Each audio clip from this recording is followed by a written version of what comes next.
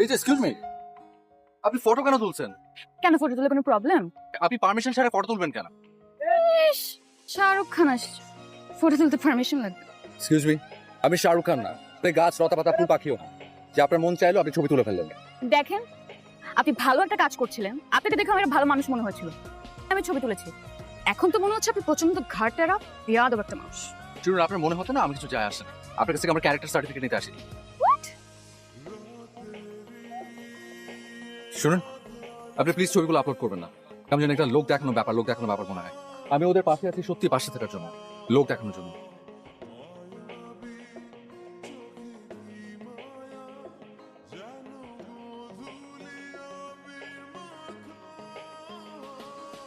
কপালে থাকলে আবার খুঁজে পাবি, মন খারাপ করিস না। বাদ দে, ছবিগুলো তুলেছি না আমরা, ওগুলো আমাকে পাঠা।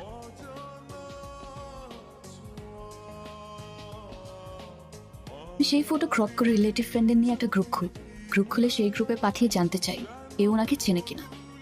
দুদিন পর আমার এক ফ্রেন্ড জানালো খান সাহেবের আসল নাম ফারহান। উনি তার তাহলে এক কাজ কর, তুই একটু নাম্বারটা ম্যানেজ করে দে। আপনি করার জন্য ফোন করেছেন? আমি শাহরুখ খানের শিডিউল নেওয়ার জন্য ফোন করেছি। মানে নাম্বার কোথায় পেয়েছেন? তুমি তুলতে পারমিশন লাগে বুঝলাম, নাম্বার নিতেও লাগে। আপনি আপনি নাম্বার পেয়েছেন কোথায়? পেয়েছি কোনো একভাবে। আপনি কিন্তু ডেঞ্জারাস। এভাবেই শুরু, কথা বলা, দেখা হওয়া। জি বলুন, কবে কবে শিডিউল লাগবে? আমি কি এমন ফানি কিছু বললাম? তো কতদিন ডেট দিতে পারবেন?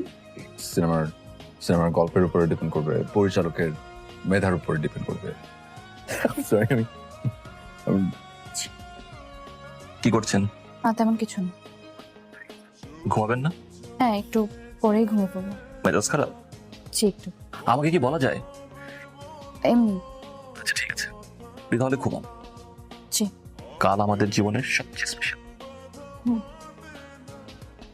অনেক বেশি ভালোবেসেছিলাম, কিন্তু ফারহান আমার সাথে কেন করলো?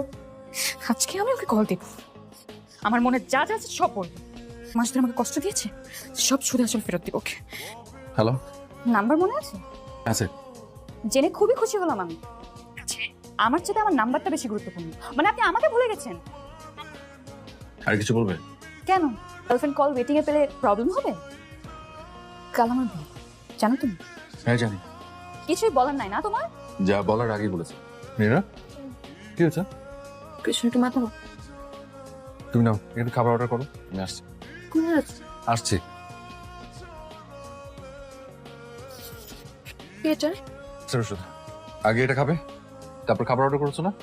খাবার খাবে, তারপর মাথা ব্যথার ওষুধ খাবে। এদিকে মাথা ব্যথার ওষুধ। তুমি সকালে ঠিক মতো খাবে না, দুপুরবেলা ঠিক মতো খাবে না, রাতে ঠিক মতো ঘুমাবে না, তো তোমার শরীর খারাপ হবে না তো কার হবে? নিয়ম সব তোমার করতে হবে না? নিজের একটু যত্ন নাও, বুঝছো? এরকম অনিয়ম করো না। মামা পিছনে তো ফাঁকা আছে, ওইখানে গিয়ে একটু বসেন। না সমস্যা নেই, আমি আমি এখানে ঠিক আছে। আমায় কিন্তু আপনার বহুত কেয়ার করে। ঠিক আছে, গিয়ে বসো, কতক্ষণ দাঁড়িয়ে থাকবে? ঠিক আছে, এখানে দাঁড়াই না একটু। আর কি করে অনেকক্ষণ দাঁড়িয়ে থাকতে হয় সেটা ইউটিউব থেকে শিখে নিয়েছি। কুত্তার বাচ্চা, তুই কাল আমার বিয়ে তুই চা খাচ্ছিস। কেন আমার লাইফে এসেছিলি বলতো? কেন 2 বছর ছিলি? আমি তোকে আমার ভালোবাসার কথাটা বলেছিলাম, ভালোবেসেছি আমি, এখন কষ্ট পাচ্ছি আমি। তুমি প্লিজ একটু ঠান্ডা হও। একদম চুপ। তোমার যার সাথে বিয়ে হচ্ছে সে অনেক ভালো মানুষ। আজকে আসতে পারবো না, অফিসে একটা মিটিং আছে। অন্য আরেকদিন আসবো, ওকে? আজ মাকে নিয়ে ডাক্তারের কাছে যেতে হবে। সরি। হ্যালো, কোথায়? রাস্তায়। রাস্তায় কেন? এমনি বাসায় ভালো লাগছে না, হাঁটে বেরোচ্ছি। 2 দিন পর তো ফ্লাইট, যা বাসায় যা। আচ্ছা। তোমাকে দেখে আজকাল পাওয়াই যায় না, মানে আমি কল করে করে যদি পাগলও হয়ে যায়, তারপরে তুমি একবারও আমাকে কল ব্যাক করো না। অনলাইন থাকো বাট আমার টেক্সটিং করো না, রিপ্লাই তো দেওয়ার দূরেরই কথা। কি হয়েছে বলো তো? একটা প্রশ্ন করি। হ্যাঁ। তুমি যদি তোমার লাইফ থেকে চলে যায়, তোমার কি খুব কষ্ট হবে? কি ধরনের প্রশ্ন এটা?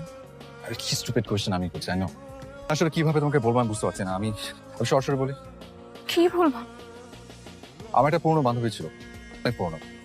মাঝখানে ও আসলে পড়ালেখার জন্য দেশে বাইরে চলে গিয়েছিল, তখন আমাদের যোগাযোগ ছিল না। কিন্তু তো 2-3 মাস আগে ওর সাথে আমার নতুন করে যোগাযোগ হয়।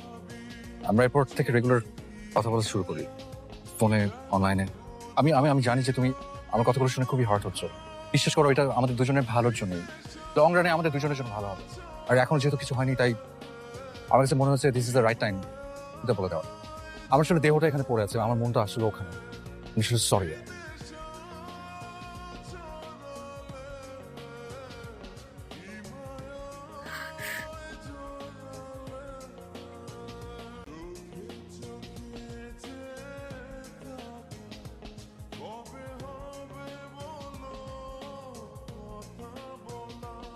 আন্টি আমি ফারহান। ও ফারহান, নীরা তোমার কথা অনেক বলেছে। তো নীরা তো বাসায় নেই। নীরা বাসায় নেই বলে আমি এসেছি। আন্টি আপনার সাথে আমার কিছু কথা ছিল। তো মেয়ে কেমন? ভীষণ ভালো, আন্ডারস্ট্যান্ডিং, অনেক কেয়ারিং, আমাকে খুব ভালো বোঝে। আচ্ছা যাই হোক, শোনো ভাই, আমি আসলে ওর প্রশংসা করার জন্য আসিনি। আমি এসেছি আসলে কিছু টিপস নিতে। টিপস কিসের? তো বিয়ে করেছো, ওর মার সাথে আমার দেখা করতে যাওয়ার কথা। আমি বুঝতে পারছি না আসলে ওখানে গিয়ে আমি আসলে করবোটা কি, মানে কি বলবো, বা আমাকেই বা কি জিজ্ঞেস করবে। মার সাথে দেখা করবি, ওকে, দ্যাটস গুড। শোন, প্রথম যেদিন যাবি কিন্তু সকাল সকাল ঘুম থেকে উঠবি, ফ্রেশ গোসল দিবি ঘন্টাখানিক লাগিয়ে, একদম চাকাচাক, ওকে? ঠিক আছে। সুফিডেন্টলি তার সামনে যেতে হবে, তোকে দেখেই যেন ইমপ্রেসড হয়ে যায়। আর শোন, ভাষাটা ঠিক রাখিস, ভদ্রভাবে কথা বলবি তাদের সাথে। তোমার কি মনে হয় আমি অভদ্র? অভদ্র না, আমাদের সাথে এত ভদ্র না। আচ্ছা তোমাদের সাথে যেভাবে কথা বলি আমি আমার শাশুড়ির সাথে এভাবে কথা বলবো? শাশুড়ি? না মানে হবু শাশুড়ি। কি হলো? ইজি।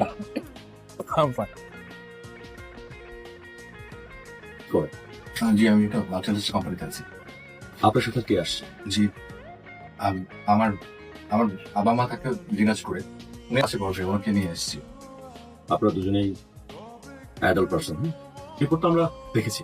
জি, এখন আমরা এই রিপোর্টটা আমাদের এখানে সিনিয়র ডক্টর যারা আছেন তাদেরকে নিয়ে বসছি, সে বাইরে করতে জায়গায় পাঠিয়েছিলাম, যে ফিডব্যাক নিয়েছি। যেটা দাঁড়িয়েছে এই ডিজিজটাকে বলা হয় ব্রঙ্কোঅ্যালভিউলার কার্সিনোমা, লাং ক্যান্সার হতে পারে। জি কি বলছেন? তো আসলে আমি বলছি না, এটা রিপোর্ট, রিপোর্টের বাইরে তো আমি যেতে পারবো না। ডক্টর আমার কিন্তু কোনো বাজে অভ্যেস নেই, আমি সিগারেট পর্যন্ত খাই না। আপনি জিজ্ঞেস করেন। কি করবে এখন? ওনাকে অবজারভেশনে রাখবো, যেটা ট্রিটমেন্ট এখন দেওয়া হচ্ছে সেটা আমরা দিব। এখন সব বলা যাচ্ছে না। ডক্টর সাহেব, ওর বাবা মার সে ক্ষমতা আছে যে ওকে বিদেশে নিয়ে ট্রিটমেন্ট করাবে। যদি কোনো উপায় থাকে প্লিজ আপনি বলেন, আমরা ওকে বিদেশে নিয়ে যাবো।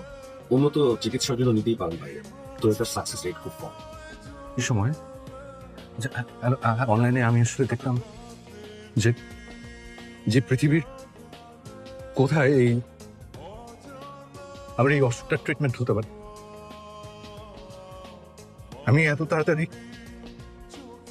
নীরাকে ছেড়ে চলে যেতে চাই না, কিন্তু পরে যখন দেখলাম যে এই অসুখ থেকে সুস্থ হওয়ার সম্ভাবনা 0.1%, আমি তখন নীরাকে একটা মিথ্যা কথা বলি।